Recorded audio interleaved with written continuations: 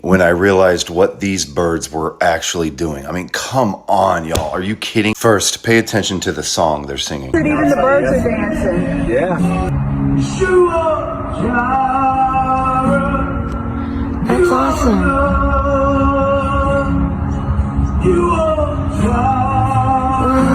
Now, hold up. Jireh.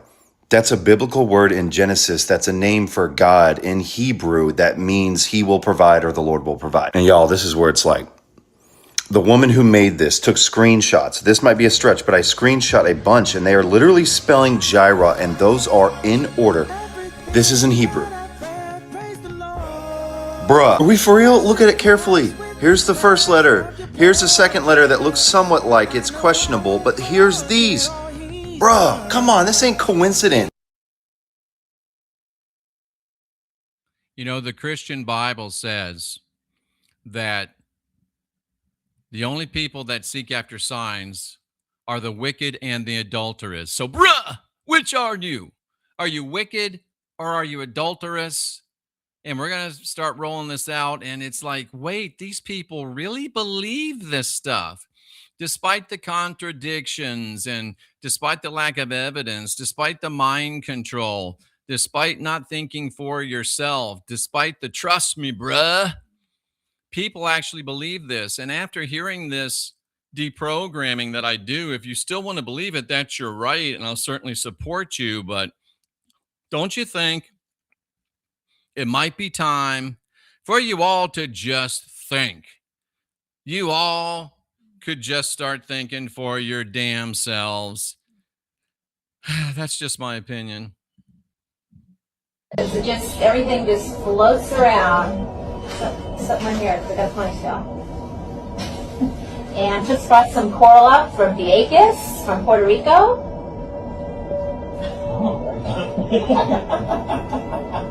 Yeah, let me see you push it up and down and around. Well, Yeah.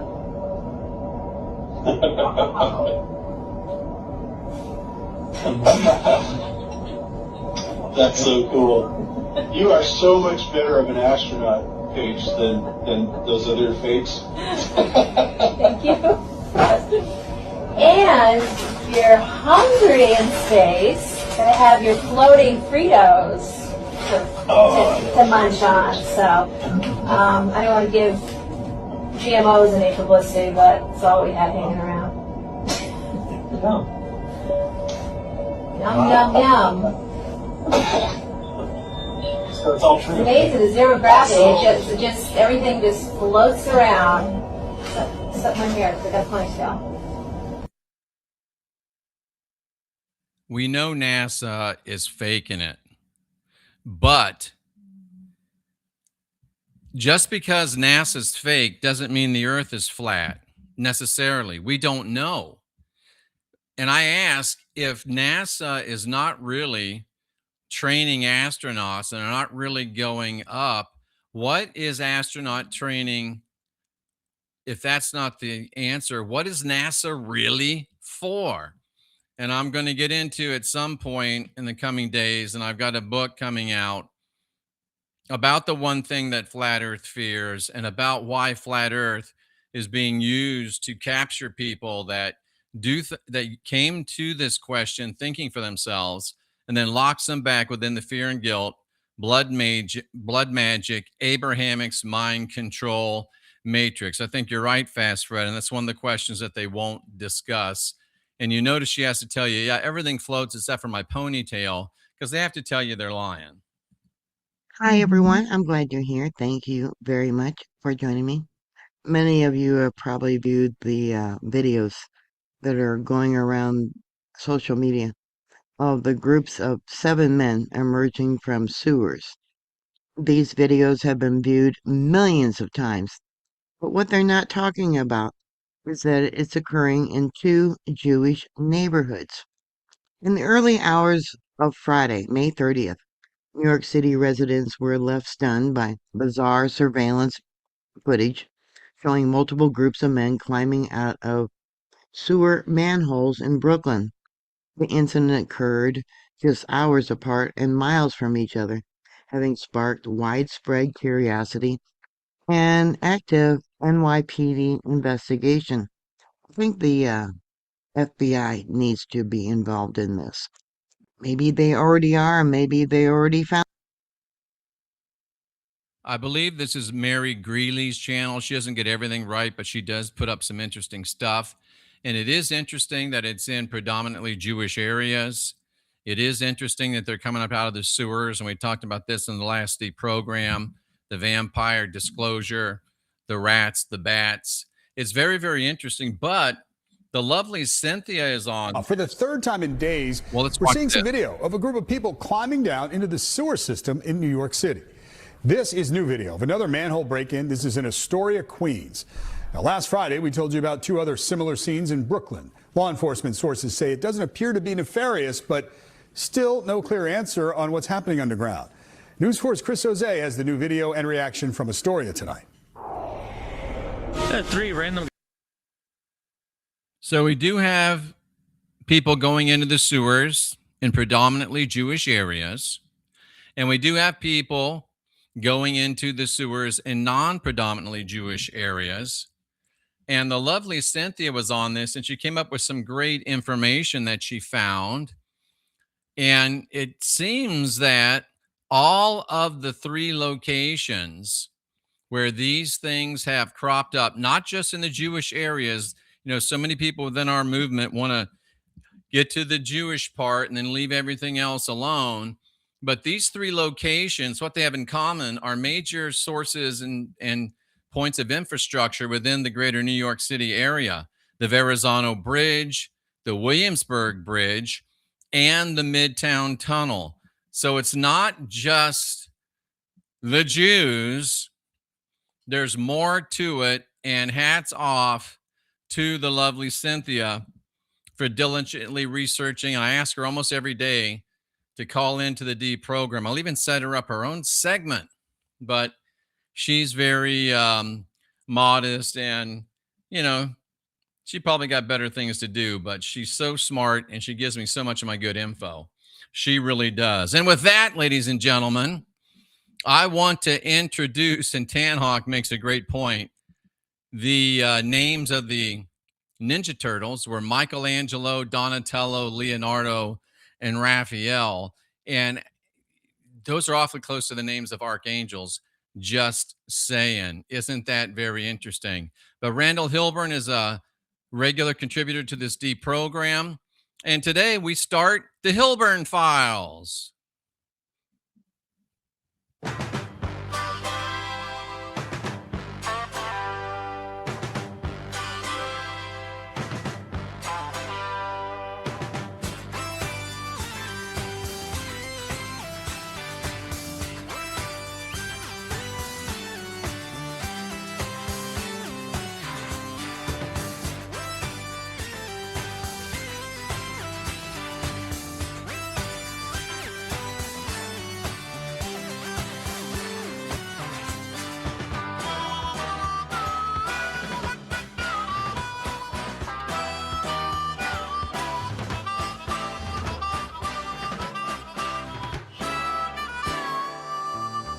Some of you that are as old as me or watch late night television will recognize that little tune. But this is the Hilburn Files, ladies and gentlemen. It's the Hilburn Files. Randall Hilburn dropping some knowledge on us, knowledge like this. And he says on the sewer theme that, and Fast Fred, it's funny you should mention about Gulliver's Travels, because the lovely Cynthia said, hey, I think that's disclosure, and I've got a thumbnail made, but I got to get into it again. I got so much going on that, yes, I think it is disclosure. And Jama gets it right. It's from the Rockford Files. And Randall tells us that in the city of Rome, the catacombs and the sewers became infamous as the haunts of proto and second wave Abrahamics, i.e., Christians and Jews.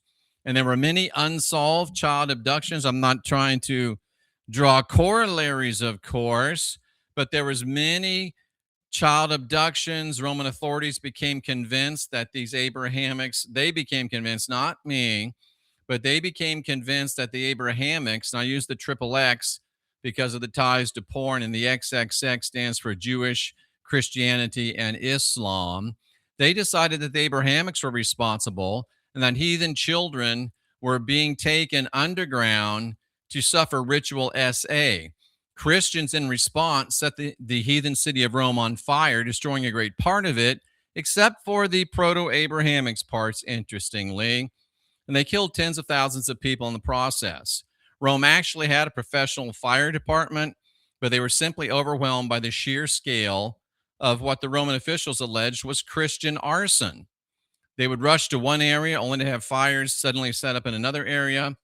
And as a consequence of all this Abrahamics arson, this RSA, the Emperor Nero ordered the literal eradication, sometimes including crucifixion, of all the Abrahamics in the city of Rome.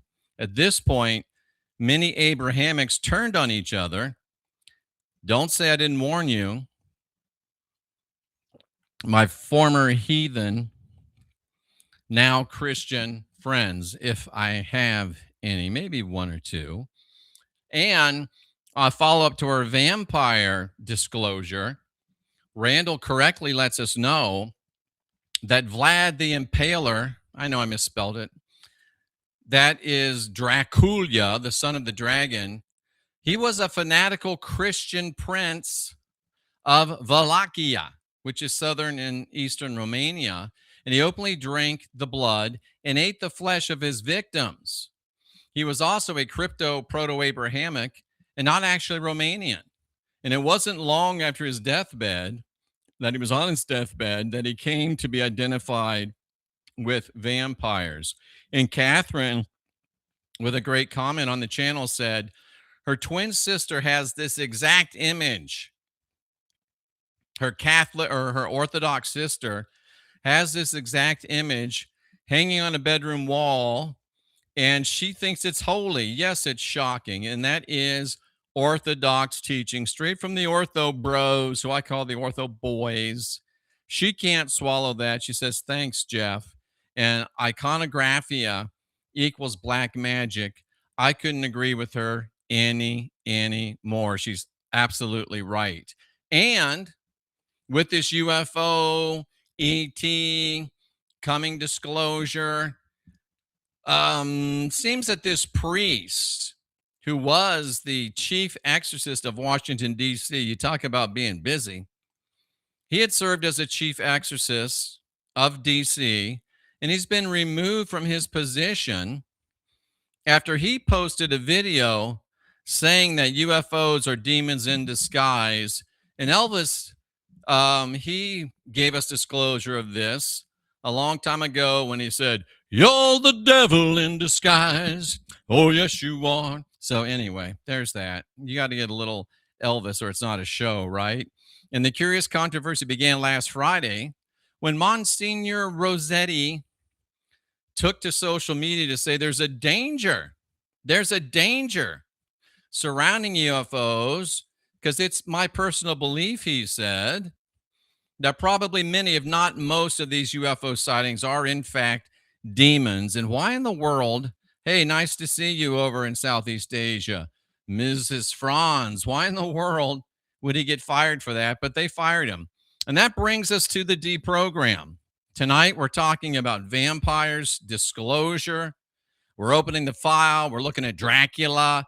No, that we're not doing that tonight. That follow-up was on this video, and that was a good one. If you haven't seen it, go back and watch it. It was the last one on this deprogram. And Frost Ulverhoten sent this comment to me, which is amazing. He said that actually Count Dracula is not based on Vlad Dracula at all. And scholars of Romanian origin have long pointed out that Count Dracula is, if at all, very loosely linked to Vlad Dracula. His name is about the only thing that he shares with the infamous vampire. And this is what I was speaking about in that earlier deprogram that you just saw the thumbnail for. Vlad Dracula was a champion of the Christian church, which in my humble opinion, only intensifies the connection between the most famous of all literary vampires and the Jesus character, as well as all the striking connections of vampiric blood between vampires and the Christian religion. Just search on this channel and you'll find that deprogram. And the real Count Dracula, the real origin, is actually found in a novel written by George de Maurier in 1895. And the novel was called Trilby.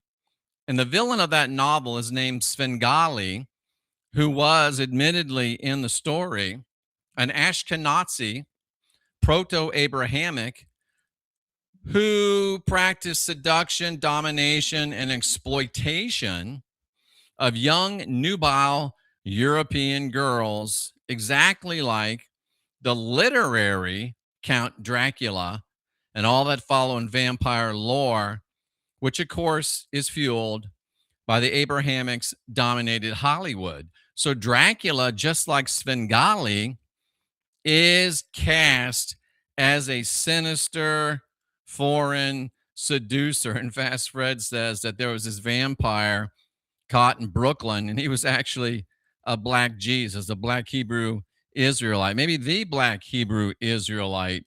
And this also speaks to the suppressed fact that Bram Stoker, who wrote Dracula, he held racialist opinions. He loved his race. And he said that the world was being divided between the West men and the other races. And Stoker also held what can only be described as very strong convictions regarding at least the Proto-Abrahamics and maybe more. I couldn't find anything. And, if I don't find the receipts, I don't bring it to you. But just a little bit on this novel. This is the original cover of the novel. And it sold 200,000 copies in the United States. And it talks again about Svengali, rogue, musician, hypnotist, and he takes advantage of this young, it was Blackula. There was actually a pulp movie that was called Blackula back in the day. I didn't see it, but he was the one that was taking advantage of young white girls. And scholars assert that the novel had a decisive influence on the notion of bohemia and affected the habits of American youth, particularly young women, which the Blackula tie is nice because we got the black stripper girl who's got a big, future, at least for the next 5 years in the strip joints, doing that at graduation. And even if she got her diploma, she probably couldn't even read it. But George Orwell himself, author of 1984, said that Svengali's villainous and rapacious qualities were tied to his proto-Abrahamic nature. Here's a picture of the actor that played Svengali. Obviously, it's very Dracula-like. And he did, seduce and take advantage of young white orphan girls. And it's said that Svengali in the book, it's not said, it's just the way it is, he's a stereotypical anti-Semitic portrayal of an Ashkenazi, complete with a bold black beady eyes, hoarse, rasping, nasal, throaty voice, big yellow teeth bearing themselves. And Svengali was evil, effeminate, and a sinister caricature of the traditional type. He also employed hypnosis, and the girl who couldn't perform without that hypnosis started giving herself to him willingly, very much like the Dracula story. This is how Svengali's pictured in the novel, and here he is as pictured on stage. So let's move into, just for a little bit, following up on our last program. What about Bram Stoker and his Abrahamic sentiments? Did he have anti-Abrahamic sentiments? Let's take a look at that. I don't mean sentiments like cinnamon, but I mean thoughts. And I'm going to lower the desk. So Fast Fred says he looks like Eddie Murphy. That was funny. So I'm going to lower the desk, and this is probably going to cause Rooney to flee the scene. And I'm going to go ahead and sit back down because, smoking, whoops, I just cratered my microphone cord under. So we're going to have to live YouTube, scintillating live YouTube. How'd that get under there? Now I can't get it out of there. Rooney, you're weighing down the works here, bro. Man, that cat is big. All right. So now we got this back under control. Let me pull over my Captain Kirk-like command chair. Let me lower my screen. And now we're ready to rock and roll. So did Bram Stoker, the author of Dracula, actually have, in fact, attitudes of a certain nature against a certain people? And this is an open question within literary circles. Rooney's decided he's had enough. Was Bram Stoker what today would be labeled an anti-Semite? He's just big bone. Exactly, Cynthia. So there is a case made even today by scholars that Dracula reflected anti-Semitic stereotypes, or was it disclosure? That's for you to decide. That were very prevalent in the 19th century Europe. And Dracula has been depicted as having a hooked nose, sharp teeth, a foreign accent. He was an outsider, and he was associated with money. He was associated with loans, and he was associated with infiltration. And some scholars have argued that these traits resemble anti-Jewish caricatures that were common in the newspapers and political cartoons of the day. Others note that Dracula was portrayed as an alien outsider invading Europe, a threat to racial and cultural purity, and someone that infects populations. So I wonder, was Dracula actually disclosure? And that's what that last great deprogram was about. So as we continue to explore this in a historical context, Bram Stoker lived during a time where anti-Semitism, or at least concerns about foreigners, I think Saint-Germain is an honorable character, but there was an influx of refugees that were invading European lands. People were beginning to fight back for their races. And even Jack the Ripper, ladies and gentlemen, even Jack the Ripper, the most popular suspect, was a proto-Abrahamic person. Now, other scholars say, no, he wasn't anti-Semitic. And I think I agree with this, that Stoker was just talking about the fear of disease and contagion. He was talking about the fear of invasion. He was talking about the fear of decadence by the aristocrats for the rest of us. And he was worried about colonization, white lands, predominantly white countries, being invaded by outsiders. And in these interpretations, which I think are probably correct, Dracula is not specifically proto-Abrahamic, but rather he's a composite symbol that embodies these anxieties. And there's also no known statement from Stoker that clearly stated his views on the matter. But ironically, and I think this is where the real meat is found, some say that Dracula was just criticizing exploitation and parasitism or parasitism. I think that's right, because Dracula was an ancient foreign nobleman who literally fed upon ordinary people. Some scholars are representing him as a decaying aristocrat rather than a specific ethnic minority. And I think that is true. And the modern view is that Dracula contains imagery that overlaps with anti-Semitic stereotypes.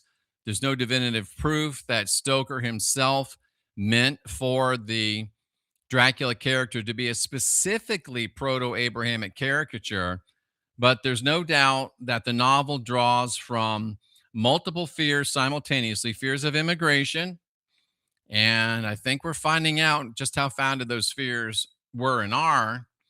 Fears of disease spreading, I think we're learning about that.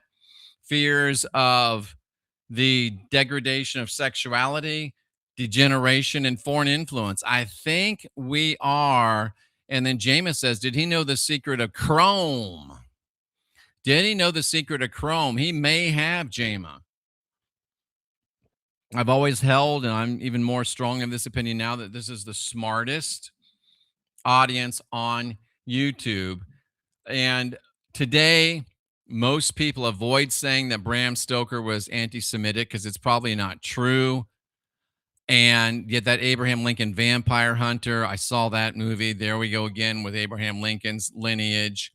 But Dracula really is reflecting racial and cultural anxieties, including attitudes towards all outsiders.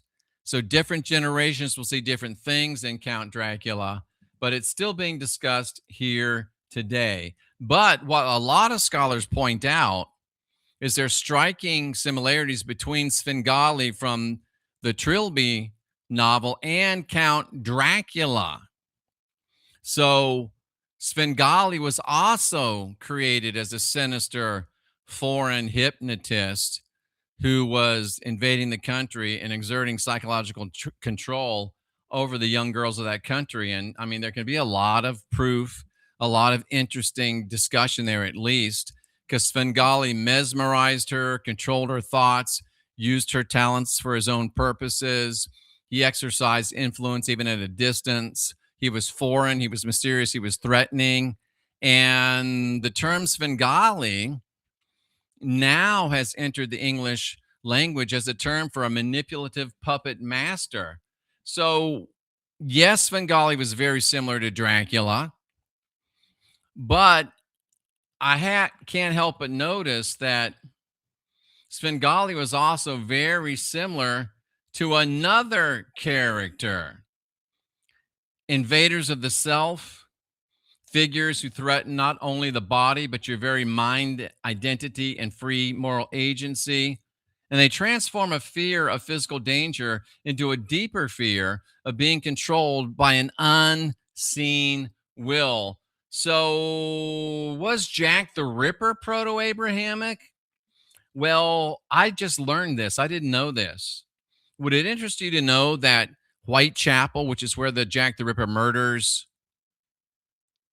occurred, was a proto Abrahamic ghetto? There was Golston Street graffito. You can look that up, graffiti that specifically addresses them. I don't want to say it out loud on YouTube. And over the years, there were a few proto Abrahamic suspects. Modern Ripper scholars say that it's very likely that the perpetrator, Jack the Ripper, was proto Abrahamic. They think it's probably the best bet. Here's his famous letter that's called From Hell. And he is, even to today, the number one suspect. And whatever it was, whoever it was, Jack the Ripper has become a symbol of urban fear, modern crime, hidden elites, conspiracy, and even the occult, which has all been tarred and feathered because of him.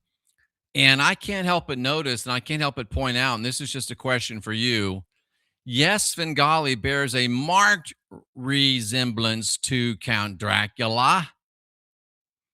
And he also bears a marked resemblance in the objective mind to the Jesus character. That's weird. So we've got about 20 minutes until we have Jim call in for his segment. I made a song for you, Jim, but I must not have uploaded it because I can't find it. So tonight, let's ask. And again, I'm not here to tell you what to think. I'm just here to give you things to think about should you choose to. And if you don't, well, that's on you. But does the Bible itself actually admit that there is no evidence for Christianity. No evidence for Christianity. Does the Bible admit that? It's one thing for the Christian whistleblower to say it, but it would certainly be another thing for the Bible to actually say that there's no Jesus warned of a Christianity. deception so powerful it could fool anyone. Jesus was asked one question about the last days. His first word was not war, famine, or earthquake. It was deception. A deception so powerful, he said, it could fool the very elect. And almost nobody teaches what he meant. This video covers 4 layers of last days deception that operate at the same time. Layer 1, the deception of goodness, the Mount of Olives.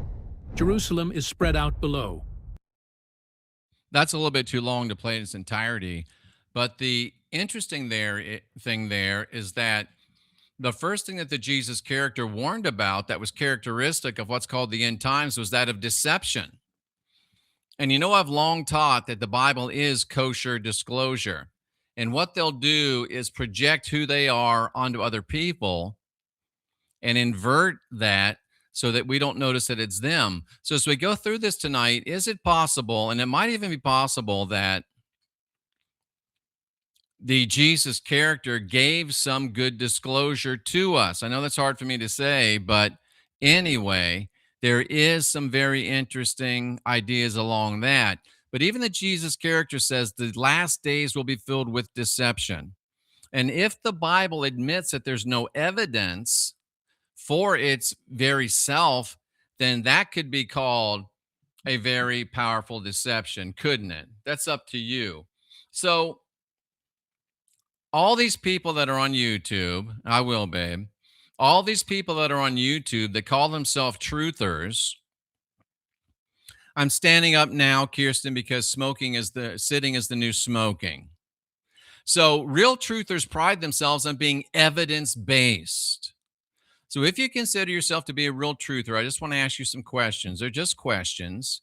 If you consider yourself to be a real truther, you wouldn't accept a just trust me, bro explanation, would you? And if you wouldn't accept a just trust me, bro explanation of things related to governments, of things related to the Fed, of things related to ancient history, about the shape of the earth, would you accept just trust me, bro, on things that pertain to the single most decision that any human has to make? And that is, in my opinion, your eternal destiny. And is it possible that you, by aligning yourself with Christianity, are doing that exact thing right now, taking a just trust me, bro explanation for the most important things in your entire existence? It's not as important as life and death. It's more important than that. And Jameis says what I always say: do your own research. And if you don't, you're probably in the wrong place. So with that, Colleen sent this in. We need to make a Colleen segment too. Colleen gives us this verse out of the King James Bible, and I purposely did not give you the verse because I want you to look it up. If you have the initiative and the desire to look this up, then you just might have some desire for truth left within you. It's in the Old Testament. I'll give you that. You're in the Old Testament. And it says, for unto us a child is born, unto us a son is given. And it says, the government will be upon his shoulders. The government. That's bad enough. But what does government mean? The Latin word government is, in Colleen's opinion, and I concur with it, that government literally means mind control, because govern means to control and ment means mind. So the Latin root word is ment, which means the mind or thinking, like in dementia. So if the government is controlling minds and the government is 90% Abrahamics, first wave, and think about it, there's even Islamic people running in the government now. So our government is 97% Abrahamics. And the word means mind control. So we're literally under an Abrahamic mind control matrix. The church and state do work together. And Colleen gave it away. It's Isaiah chapter 9, verse 6, which is interesting because that could be 6:6 just as easily as 9:6. And now we get to what someone in the chat called our attention to. Remind me, I got a sticky note for 9:15, but I'm notorious for forgetting some things every now and then. But Hebrews 11:1. Is this a Bible disclosure that changes everything? Hebrews chapter 11, verse 1. 111 will loom large in our discussion. Did the Apostle Paul admit that there's absolutely no evidence for Christianity? Does the Bible itself say that faith in Christianity demands that you have it without any evidence? So I'm a researcher. I went to Chat GPT and I asked them, I said, does Hebrews 11:1 admit there's no evidence for Christianity and that it must be taken on faith alone? And Chat GPT says the short answer is yes. But then, of course, and rightly so, they say, but that's not how Christians interpret Hebrews 11:1. Obviously, it's not. And Hebrews 11:1 states, word for word, from the original Greek, faith is the substance of things hoped for. It's the evidence of things not seen. My granddaddy used to tell me, hope in one hand and do something else in the other one and see which hand fills up first. Are your hands full of dung? So the question I want to explore tonight, Hebrews 11:1 defines faith as the evidence in things that are not seen. And this chapter goes on to praise people who acted without direct evidence. And I'm here tonight to ask you, hopefully, to consider, is this an admission that Christianity's central claims cannot be demonstrated by evidence and must be accepted by faith alone? And is this coming straight from the Bible? Straight from the Bible itself. I hope to give you some things to think about tonight. So the real argument that many thinkers have made is this, and it is strengthened by pointing to Hebrews 11:1. Things like Noah building an ark before a flood, Abraham leaving his home without knowing where he was going, Moses choosing a future he could not see. And the entire chapter of Hebrews 11:1 could be summarized with something you might have heard before. Trust the plan, brah. Just trust the plan. Now, you may understand that as Operation Trust from the Soviet Union. Oh, you didn't know about that? You thought it was just Q? How about that? Now, faith is the substance of things hoped for, the evidence of things not seen. Most Christians would say Hebrews doesn't say there's no evidence, even though that's exactly what Hebrews says. Instead, they argue faith concerns things that aren't currently visible. Invisible doesn't mean unsupported. Really? Maybe you could share with me how invisible doesn't mean unsupported. Is Christian faith trust based on a plan that offers no evidence? I'm just asking you questions tonight. Don't get mad at me. Here's an interesting detail. The word evidence is elekos, as in evidence of things not seen.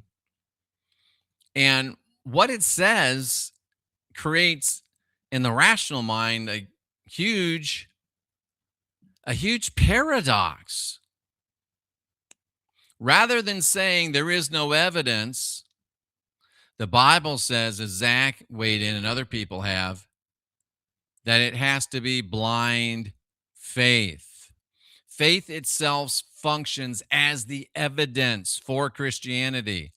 And I just ask you, if you're a real truther that says you're based on evidence and receipts for everything, are you comfortable trusting your eternity, a little redundant, but a good point, to something that absolutely, totally, even by its own definition, lacks any evidence? That doesn't sound like a truther to me, but you have to decide for yourself. Hebrews 11:1 seems to, if you just read it as words, it appears to place ultimate authority on faith rather than any empirical objective verification. So does Christianity ultimately rest on trusting the plan rather than actual evidence? And are you okay with that? Would be a follow-up question. So the real debate, I don't really want to call it a debate, the real discussion is whether or not faith means belief without evidence, or faith means trust that goes beyond evidence, which is totally lacking. Fast Fred says faith is a gamble. But Christian apologetics is based upon this authority. Believing, trusting the plan without any verification. And textually, I was trying to be nice when I wrote this. I don't feel so nice right now. Textually, you can't dispute it. Christianity openly admits there is no evidence for this belief. You just have to trust the plan. I got 10 minutes before Jim comes up. So it's interesting to me that this statement comes in Hebrews, the book of Hebrews. And we learned the other day that the literal meaning of Hebrews is those from beyond, those from the other side. And it says it's not called Christians 11:1, it's called Hebrews. Why? Because Paul was writing to the infant church, and if he called them all Hebrews, guess what? That's because they were. Why is Paul writing to Hebrews and not Christians in the New Testament? And why are Christians that say they're not Hebrews listening to it? It's almost as if Paul is saying, great to see you, Nathan. It's almost as if Paul was saying there's no difference between the two. And 11:1 is important because it's a triple emphatic. Like in the Old Testament, holy, holy, holy. That's Hebrew. That's Hebrew. And the Greek double emphatic is verily, verily. So why did Paul write it as a Hebrew triple emphatic instead of a Greek double emphatic? It's almost like he was trying to show you that Christianity is based on Judaism, only because it is. It's almost as if in his day, Paul the apostle said there was no difference recognized between Christians and Hebrews. Today, this difference is insisted upon by Christians, especially those that are of the Christian identity or Christian nationalist movement. Where did this distinction come from? Have you ever asked yourself that? And then I asked GPT, what are the esoteric implications of the number 3? Did you know that in Kabbalah, the 3 is associated with an emergence of structure, manifestation, and duality? While different Kabbalistic schools emphasize different things, the number 3 is seen as the first complete pattern. It's the first 3 sephirot of the tree of life. We talked about that. The supernal triad, kind of like the Trinity, the crown, the wisdom, the understanding. Knowing and remembering feels more sovereign, and it's a deception from the tree of knowledge. I like it. That in from Tan Hawk. So I doubled it. Sometimes I double them up. It's one of those things. But the Hebrew triple emphatic seems to loom even larger in our discussion, giving this context. And 3 also talks about the reconciliation of opposites, like divine, sovereign, and free people bowing their knee and becoming slaves to a thought matrix. The number 3 resolves a conflict, like the conflict that goes on in your mind or should be going on in your mind by turning your back on your own people, turning your back on your own gods and goddesses, and following a foreign god. But in our case here tonight, the question I'm asking, is there a conflict of believing that which has no evidence while still claiming to be a person that's based on evidence and based on truth? And the third Kabbalistic principle mediates between opposites. Here, faith versus lack of evidence. So without employing mystical Jewish thought, you can't be a Christian because you are balancing, I'm a truther, with I believe something I can't question. That's called an oxymoron. I didn't call you a moron. I said those two things are mutually exclusive. Either you're a truther that researches all things, or you're a person that researches most things, but won't study a certain thing. Won't study a certain thing.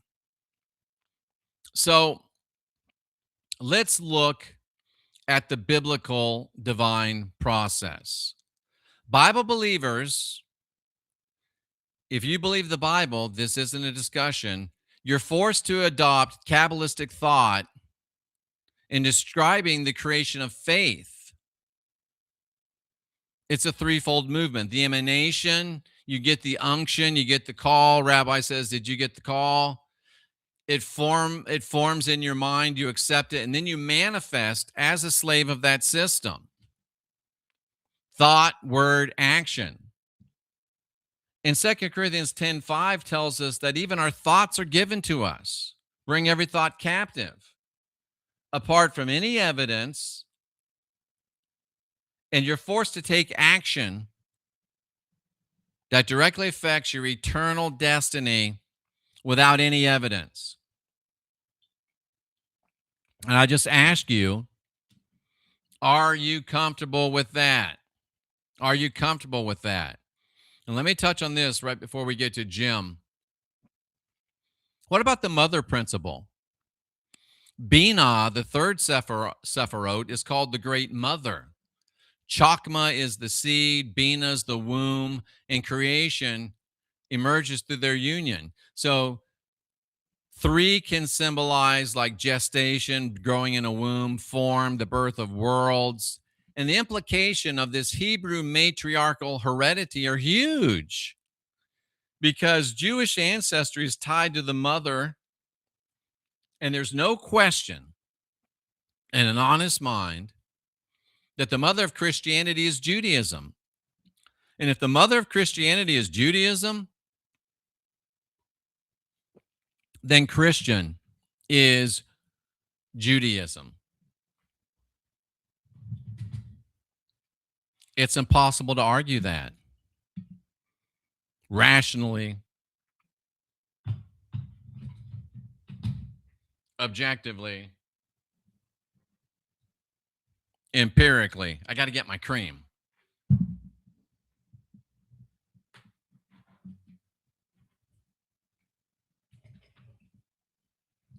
Am I giving you some things to think about tonight? Am I giving you some things to think about tonight? Steve says that he cursed some people today. The last people he cursed went out of business, which was FTJ. Couldn't happen to a nicer bunch of cowards. So curse on, Brother Steve. Curse on.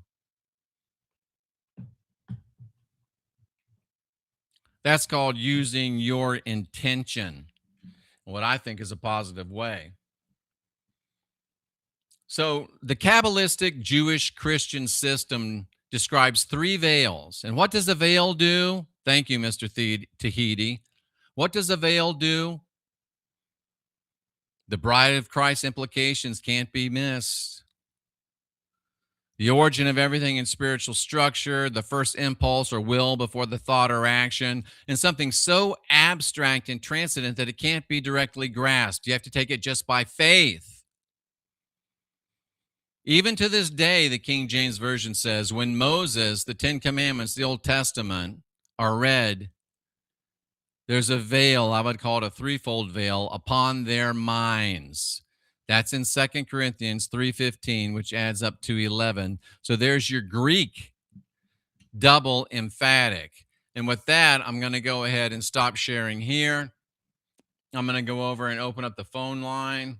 So we'll be ready to receive Jim's call. Let me just go ahead and do that.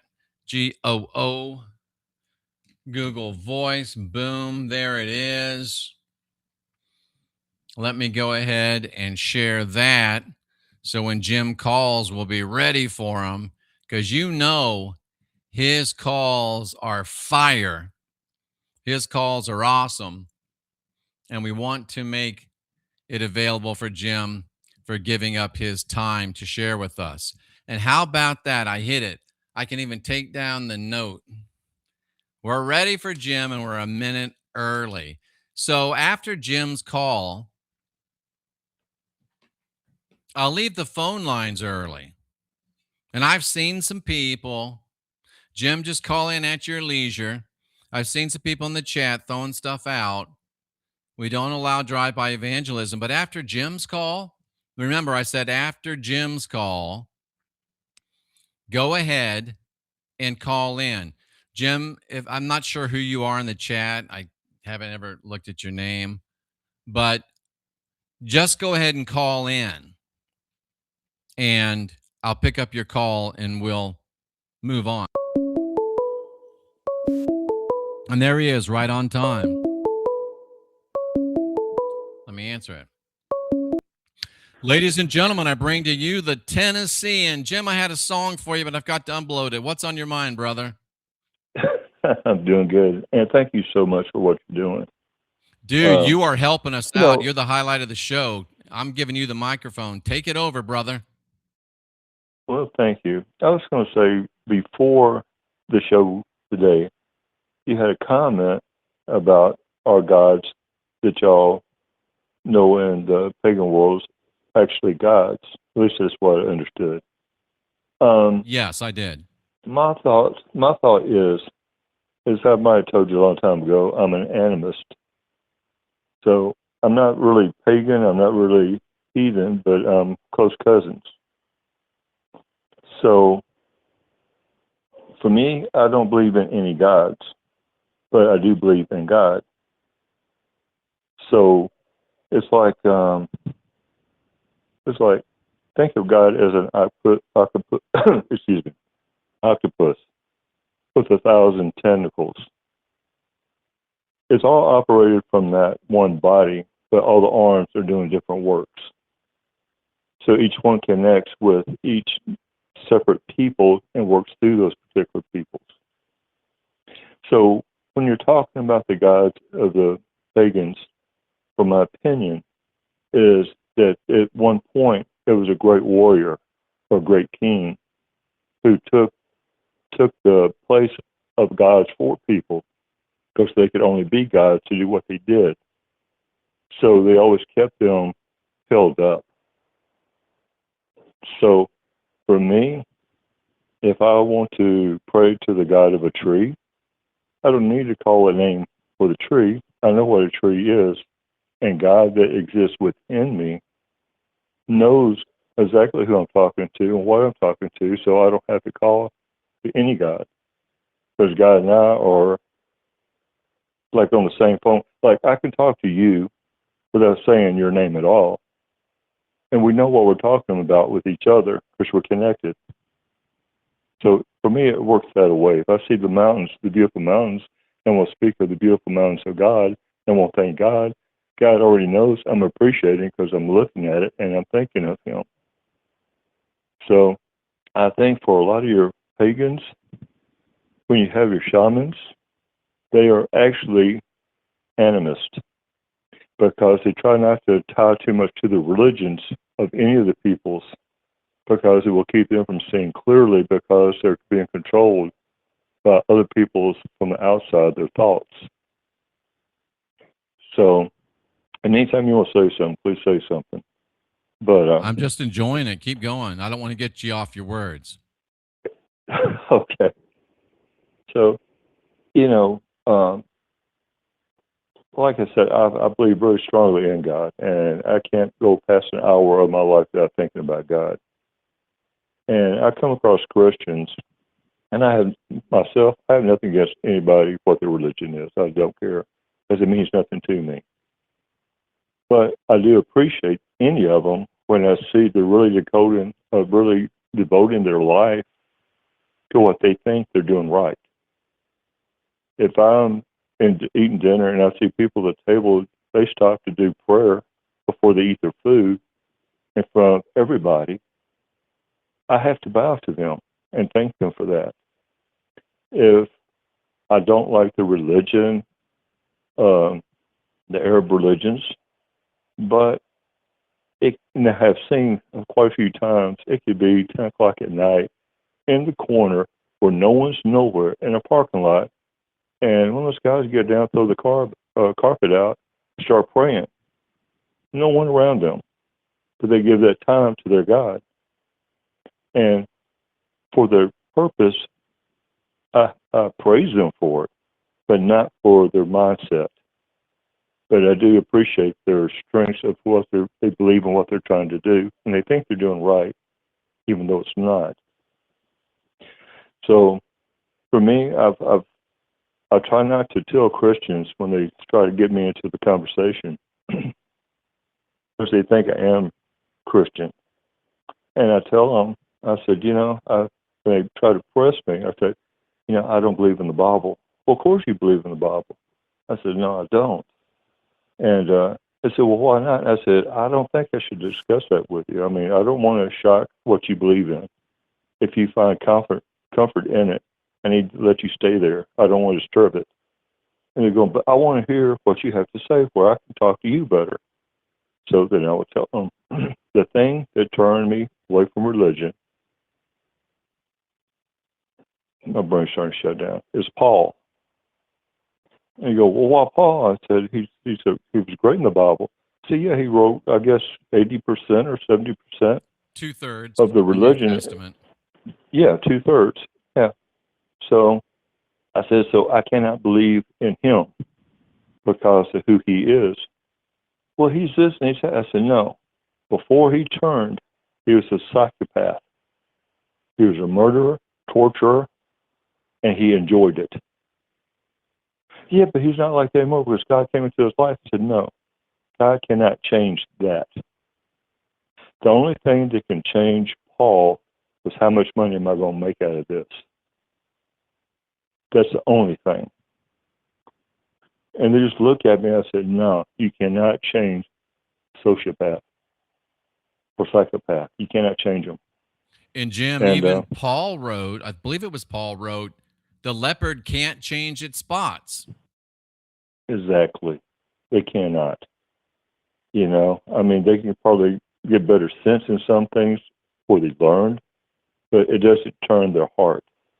Because I know people who are like that, and if they change, it's only for what they want, for their personal gains, not for anything other than that. But, we talked the other day, the show about the vampires. Right. Now, I kind of put a vampire closer to a succubus. So it's like they come also into your life and try to suck your energy from you. Because I was talking about a psychopath. If I was sick, I can't talk now. Succubus, there go my words. think. Thank you so much. So a vampire, I think, are like them, but they are a spiritual being from another dimension.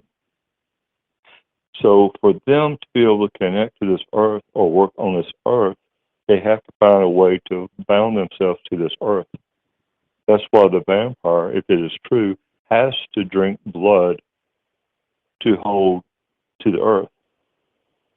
But without it, that's why they disappear. They can't get out in the sun, or they can't do this.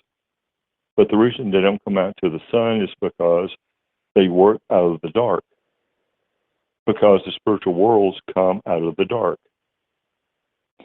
So you wonder, well, they can't see themselves of an image in a mirror.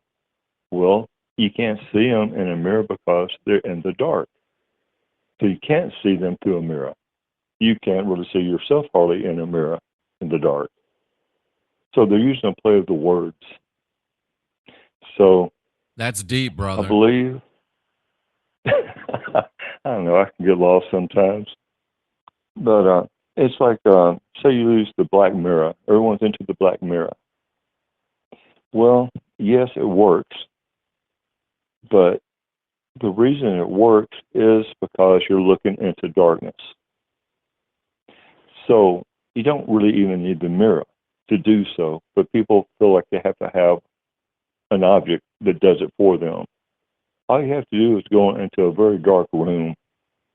If anybody closes their eyes, where they see no light, with no light whatsoever, they will see reds, blues, yellows, whites, all these little specks of colors constantly in their mind and constantly working in the darkness. So for a psychic, they understand that they're more like a projector. We can see the colors of the mind, and we allow it to paint out in front of us to see what's there. Like, I can see spirits because they use me as a projector to show themselves. You know, it's kind of like in your Star Trek, you know, they have a machine that can do a hologram in a studio. Well, they'll use the same thing through me to show me stories and to talk to me. But they're there like they're there. But if I put a mirror up to them, it wouldn't show to them. That came from the other side. So, if I don't get lost with myself. So, when you decide to use strength as a spiritual being on people, like grabbing people or hurting people or whatever they do physically when they're actually spiritual, it's only because they connect the electricity through you that's different than the electricity we use. So they can grab you, but they're not as strong as they pretend, because they use their energy against your energy to control your energy. So I've had them grab me and literally try to drag me off. And then when I realize what's happening, I release it through my mind and they let go of me. But they will leave marks on it. So I've learned that as long as I don't put fear into them, they can't really hurt me. I've even had them try to push me through a water bed and actually busted the boards beside the water bed, pushed me down so hard into the water bed, and then busted. And when he pushed me down, I came back up and it woke kind of like I was asleep, but I wasn't asleep. And I said, no, that did not just happen. And I laid back down and I said, you're really out there and you just pushed me down this bed. Do it again. I really want to see you do it again. And then it pushes me back in again. And then I just start laughing. Even though he's pushing me down, I'm cracking up laughing because I'm experienced it. And because I started laughing, it let go of me and got the pressure off of me. Then my roommate comes running in and he tells me, go like, are you okay? Are you fighting with a guy? I go, no, man, I just had a spook messing with me. I just had fun with it. And, you know, so I had to start looking at him without fear and start laughing and enjoying it instead of being afraid of it. And it took all the power away from me because he couldn't connect the energy through me. That's great stuff, So, Jim. yeah. And now, if I'm talking too much, I know you need your time. If I talk too much, just tell me so. Well, go ahead and wrap it up when you can. Okay. So I guess we can kind of put to the point that a lot of your spirits that come into your life and deal with you. I don't think everyone can see them, but I believe that you have to be somewhere connected to God in order to see them. It's kind of like there's a saying that, you know, if you decide to leave your body while you're sleeping and go travel, there's a silver line that's tied to you that keeps you from drifting too far away. It's kind of the same way. It's kind of like I talked about the octopus that has just so many tentacles. It's attached to you, and it can pull you back in. But you have to do those things. You actually have to be connected to God and through God. And I believe that God is not something you invite into your life. For me, God is born within you as you're born. So I don't have to call God into my soul or bring him from the outside world into me, because God was born in with me. But I cannot shut him down. And where the people make mistakes with a lot of religions in their thinking is they sever the silver line that attached their soul. And it takes a lot of work to ever get tied back up. That's amazing stuff. So if you believe in God, and yes, for God himself, please just show me the truth. That's all I want to know. Just please show me the truth. I've gone down too many lost trails, and I don't want to go any more lost trails. I want to follow the way you want me to. I want to think the way you want me to think. And I want to understand you the best I can, my way. And it doesn't necessarily mean it's always good. It doesn't always mean it's bad. It's just what God wants you to go through where he can study through me. Because I believe God uses certain people to look through, to see the world as it is. And they want to feel the experiences of what we feel, how we hurt, how we cry, how we laugh, because they don't do that so much where they come from. So they need us to feel. And that's what they need us for. So I know I'm talking too much, but I want to say thank you so much for giving me time to talk to you. Jim, that's amazing stuff, and I'm glad you agreed to do this. And we'll look forward to having this section. And I'll have your song next time.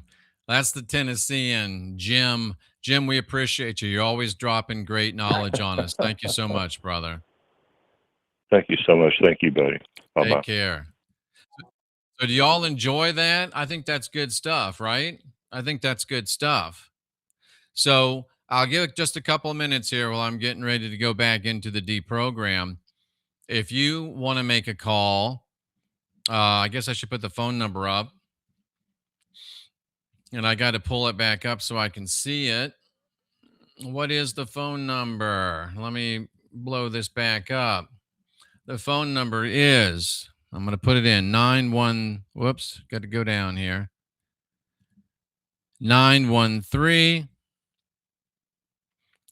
228. You think I would memorize this? 228 2586. If you can be polite, if you can be interesting, go ahead and call in 913 228 2586. We're not going to wait a long time. So if you want to do it, jump in on it. This is Sunday, not your normal Sunday service. We will be back Wednesday for not your normal midweek service. And we're going to be committed to those 2 times a week. We've got lots and lots of shorts coming out. I break these deprograms up into more digestible pieces. I know not everybody has a time to sit around for 3-4 hours and listen to us, but these are here for you. And we hope that you'll like. We hope that you'll share. We hope that you will subscribe if you haven't subscribed. All these things help us get this information out to more people. So with that, I think I'm going to go ahead and close off the phone lines for now. I'll give you one more quick minute, but we'll go ahead and close the phone lines off now. If you do want to call back, we will open up the phone lines again here in a few minutes. But for now, the phone lines are closed. No need to call because I've turned off the phone line. So thanks to the Tennessean for calling in. And let's jump back in and knock out this deprogram. Let's knock out this deprogram. So we're asking whether Christianity has no evidence. We're asking if Christianity teaches that it has no evidence. And it seems like it does, because Christianity is saying itself, and it's using Kabbalistic imagery to say, just trust us. So the question becomes, who are you going to trust? And here is one of the coolest expressions of this. One of the coolest expressions. Thank you so much, Divine Heathen. I'm truly grateful for your time. It's well needed for the world. And let me just let this clip ask the question for you. I'm giving away free money. And where is the Batman? He's at home, washing his tights.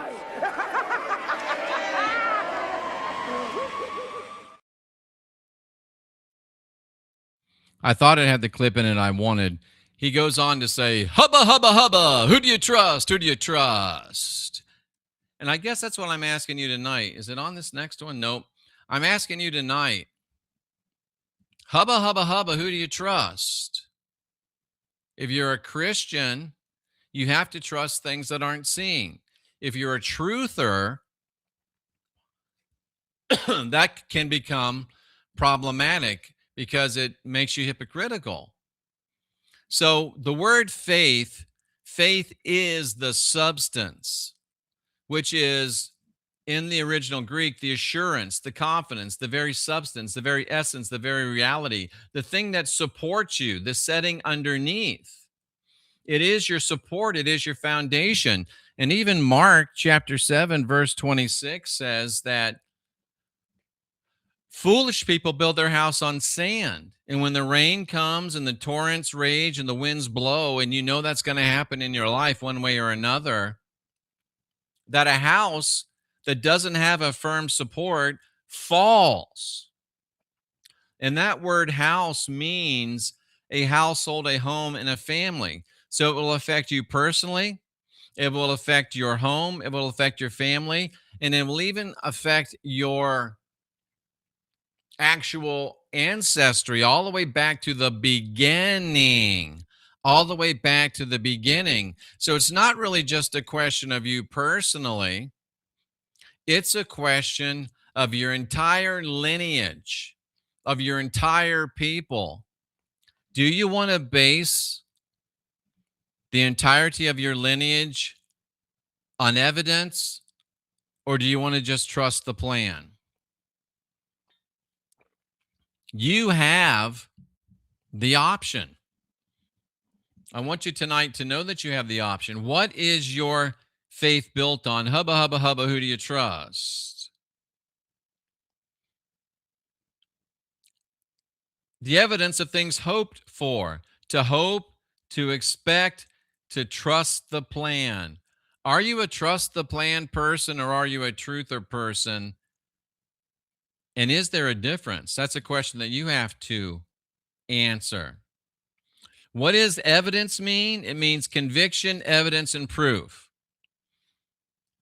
I have conviction because I have proof and evidence of what I believe.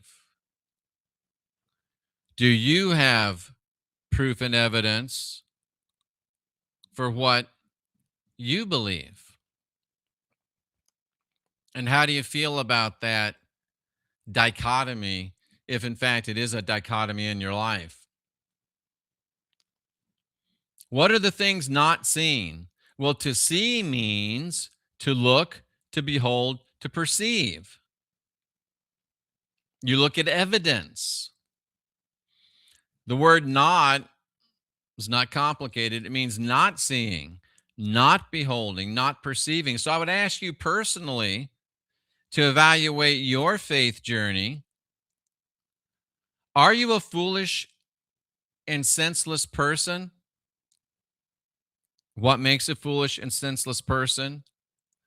Let me take Dagger off the screen. Are you a foolish and senseless person? Defined as having eyes but not seeing, having ears but not hearing. Can you be a truther if you study every single thing, but when it comes to that one thing, the Bible, you employ the monkey rule? See no truth, hear no truth, speak no truth.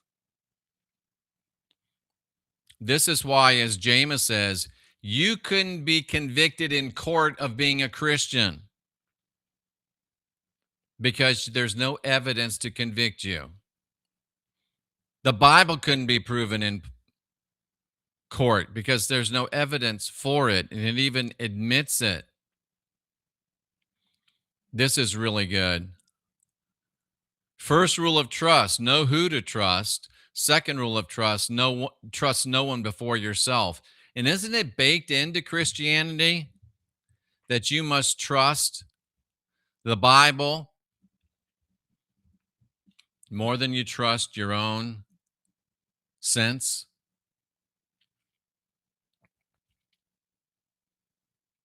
And I just want to throw this in as a bonus. Before I run it. Whoops.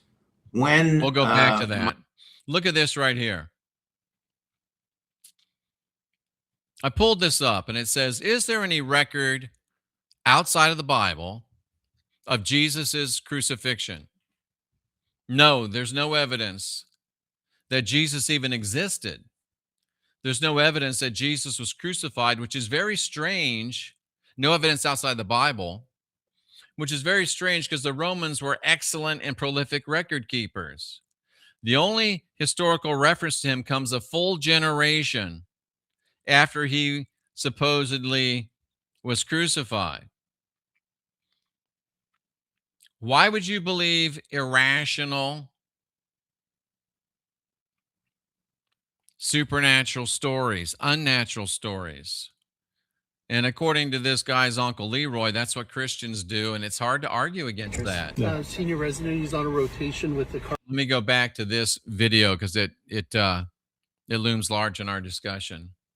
Before I run it, when Mike Huckabee and Ted Cruz both told Tucker Carlson from the river to the sea, we just laughed at the absurdity of it, and the two of them said this is because God the Father gave them this land. But they actually believe that and are willing to kill to bring it about. That's what you're telling us. This is their operational charter right now. A book from the 6th century BC, actually probably the 7th century BC, the book of Joshua, which is so extraordinary and fascinating to talk about because the book of Joshua is a book of genocides, supposedly at God's command that the Israelites returning from Egypt are to kill all the people in Canaan because that's the promised land. So God, in this book, commands the forces under Joshua to go in and kill all the people, nation after nation, every man, woman, and child, to kill them. This is in the book of Joshua. Now, the interesting thing, the ironic thing, is these genocides didn't happen in history. From all that one can gather from the archaeologists and the biblical specialists that have looked at this, the record is that didn't happen. This is some boastful book from the 7th century BC that's written in the style of Assyrian conquest boasts. So it's part of the local politics of the region from the time of King Josiah, around 620 BC. It's bizarre. But in any event, this is taken as the literal text for mass murder today. Right. And then, of course, we have other completely bizarre things, I'm sorry to say, and a lot of let's watch Netanyahu and try and listen to what the audience shouts back at him. Chris? Right now, we're in a process where our power, we can leverage our power in multiple directions. We'll still need to crush Hezbollah. At the moment, we're crushing Hamas, yes. We now control 60% of the Gaza Strip. You know, we were at 50, now we've moved to 60. The second objective is to move from 100. No, go in order. First of all, the 7. Let's start with that. We're crushing them from all. We'll deal with the rest accordingly.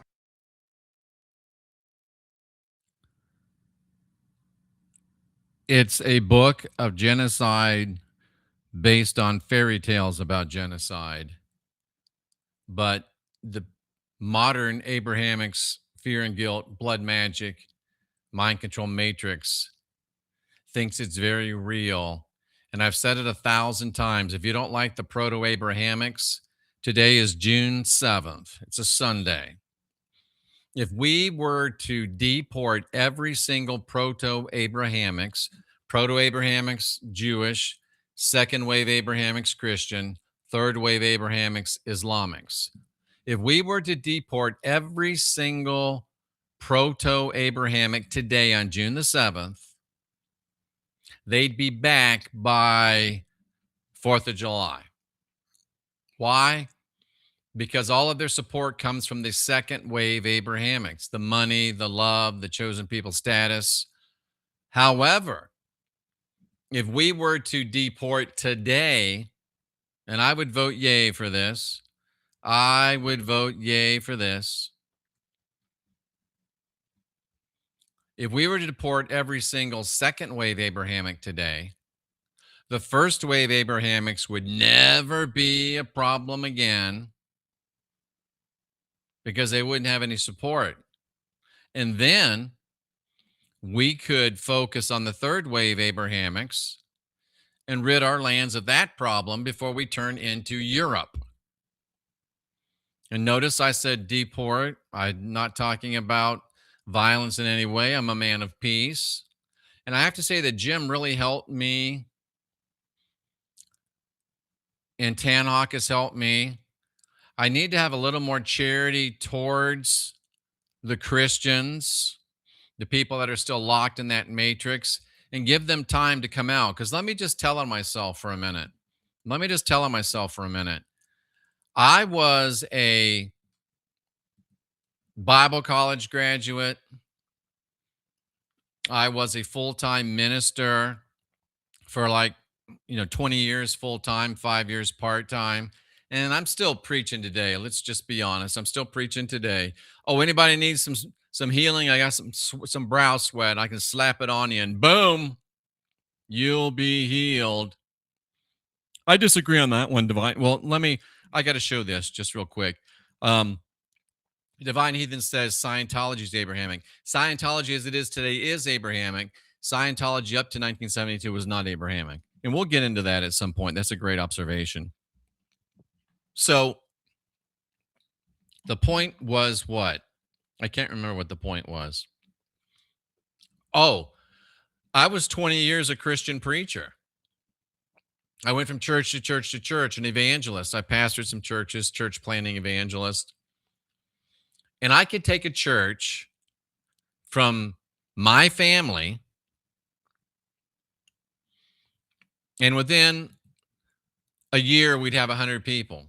And then I'd go do it somewhere else. But I remember I was a full-time preacher for 20 years.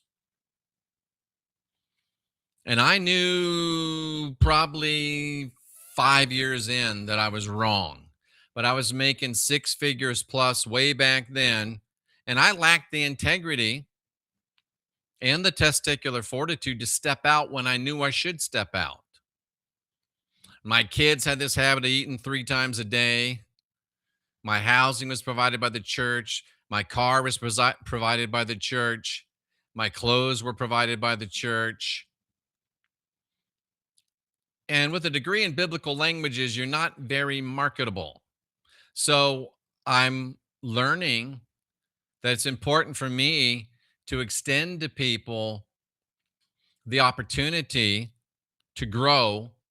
And if I took at least 15 years, then logically, I should give people time as well. And Jim's point that there's good Christian people out there that at least are focusing their faith on something. And probably by default, they are connecting with some essence of divinity. And Jay Bing, this is a really good point, too. This is what drives me because it is powerful black magic and it can be so, so hard to get out of it. I was deep, deep, deep inside the matrix web, Dagger. So if you're a Christian, I'm trying to extend you more grace to grow. And if you're somebody that's used to you're stupid old Christian whistleblower, don't think I'm compromising. I'm growing. I'm learning to let people have some grace, and I'm learning to give people the grace that I gave myself.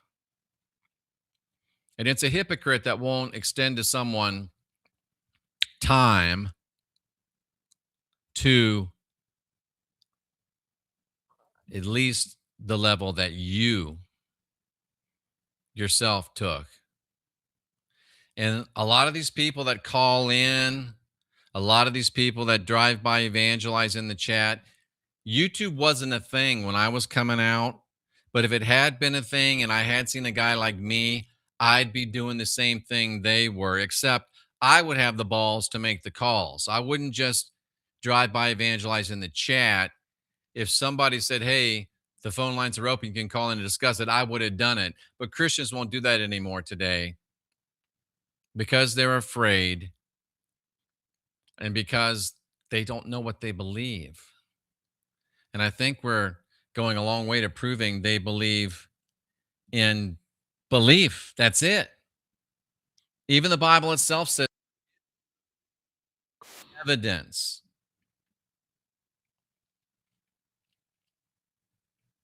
And there is a reason to be afraid.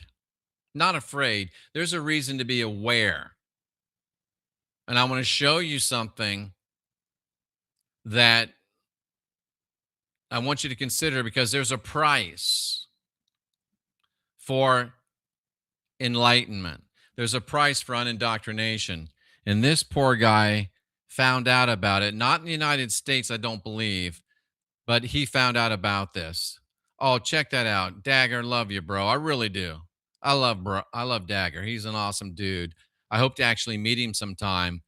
And we may be figuring out, me and this guy named Ryan, maybe figuring out some ways to make that happen. I've always wanted to have, let me just share a little bit of my vision.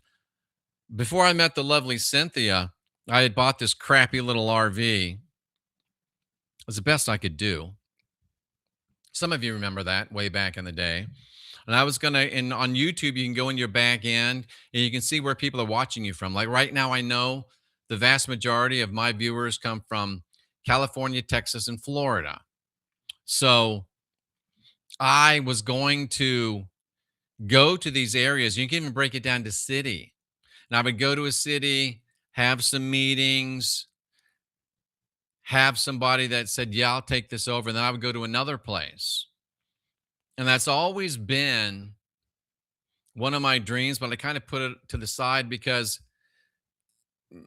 of what we believe now and because of the leftist targeting of folks, it can be kind of dangerous to gather in public. But me and this guy named Ryan, we may have some options on that, some ways to make it happen. So good times are coming, folk and kin. And just be aware that there's some good times coming and there's some exciting times coming. There really are. But also be aware there's a price, and this guy learned about it firsthand.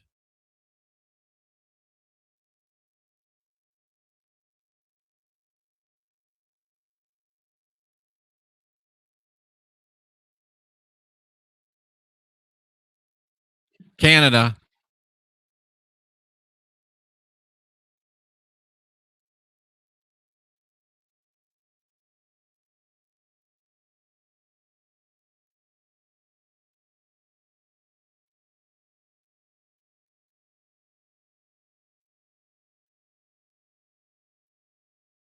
Just, I don't know how long ago, but like maybe 3 weeks ago or 4 weeks ago, were you aware of that? Dr. Taylor saw you in a cafe. She didn't certify you. I think you filmed part of it. And then she spoke with your family, got some more information, and Okay. you know, you're gonna have to turn that So off. just one sec. Yeah. What the officer just told me is that you know, you and I can set up a meeting and we can chat then. So why don't we do that? Okay. Yeah. I'm not turning the camera off. I have a legal right to keep the camera on. If you don't want to make the appointment now, we can do it at another time. But you know, that's what the officer just asked that we do. So why don't we do that?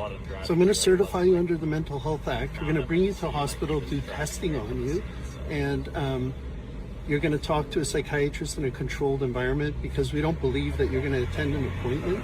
You've been. I won't attend. I've never been given a chance to attend an appointment. So he's certified. I've never been given a chance to attend an appointment.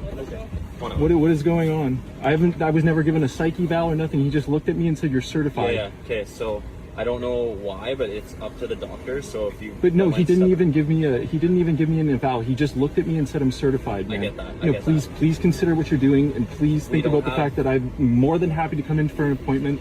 I'm happy to go through and do everything properly. Okay, I've been completely compliant with everything. Yes, you've been really good with me, Nicholas. But listen, that's his call, and unfortunately, we can't But go he back on hasn't. that. He hasn't You have talked to to get me. checked out by a doctor. You're interacting. How scary is that? How scary is that? I still think we get out of this without a kinetic, hot war.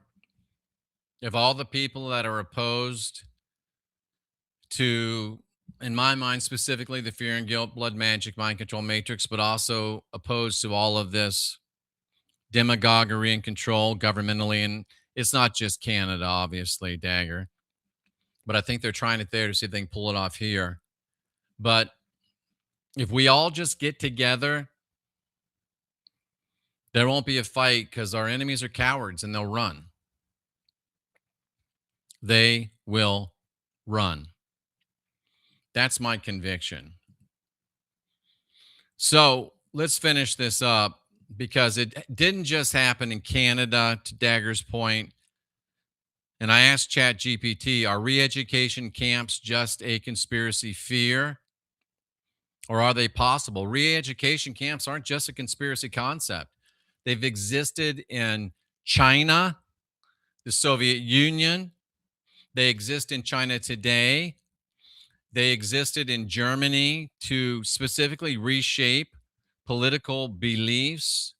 So the broader lesson from history is that societies sometimes create systems intended to change how people think, especially during times of political upheaval. Are we undergoing political upheaval in our country right now? Especially in times of revolution. Are we experiencing revolution in our country right now? In times of war, are we experiencing war in our country right now? In times of perceived or created national emergencies, are we existing that right now? Are we in that right now? In times of strong ideological polarization, since Obama, there's never been a stronger ideological polarization. But you want to know what's just as dangerous as ideological polarization? Ideological monopolization. And when and if we got a Christian government, if this became a Christian nation, which it's never been, and God's willing will never be, then they can make anybody that doesn't bow the knee a criminal and put you in these re-education camps. And this is why I say there are things worse than death. There are things worse than death. And I would ask you, do you still think I'm making a big deal out of nothing? Andrew speaks here.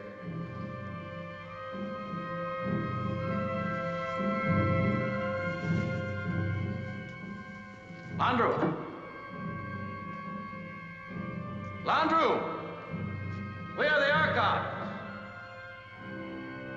We are the Archons. We come to speak. We are the Archons. We want to talk to you. Andrew, he comes.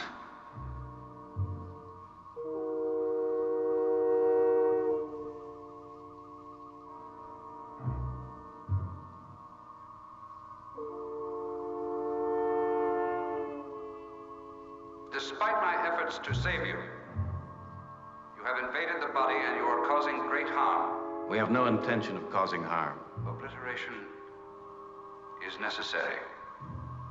The infection is strong. For the good of the body, you must die. It is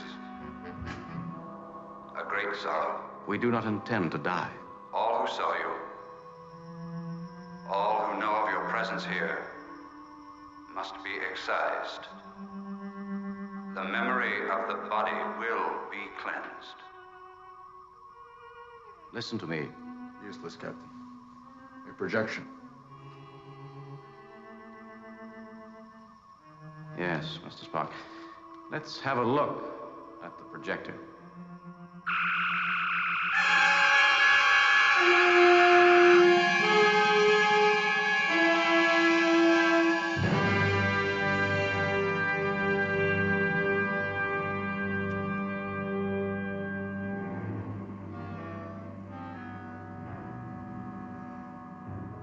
Of course. It had to be.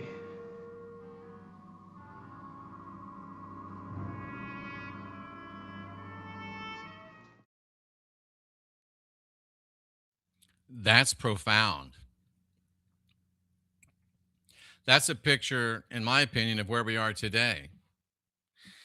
If we allowed this nation to become a Christian nation, a Jewish nation, an Islamic nation, then everybody that disagrees with it will be killed. But did you notice what the God character said? Not only just you that don't believe, but everybody that's even seen you must be killed. We are people of peace. We do not advocate for the killing of anyone. But those that oppose us for wanting nothing more than, like the lovely Cynthia said, they've gone and pissed off the people that just want to be left alone. That's us. They don't want to play nice with us. They will shoot us in the back, and then will shoot in the back not only everybody that we know, but everybody that ever knew of us. We've had over 20 million views since I started going on 13 years ago. That's a lot of people to track down, but they're not above it. They can't do that. All we have to do is use our phasers. That's what I'm trying to do. I'm just using my phaser. You notice they didn't even destroy the computer. They just destroyed the curtain which the man behind was operating the computer behind. That's all I'm here to do. I'm not here to destroy anything. I'm not here to kill anything or anyone. I'm not here to call people names. I'm not here to force anybody to do anything against their will. All I'm trying to do is use my phaser to break down the wall of deceit and deception and trickery and allow you to see and allow you to do what you want to do based on full information.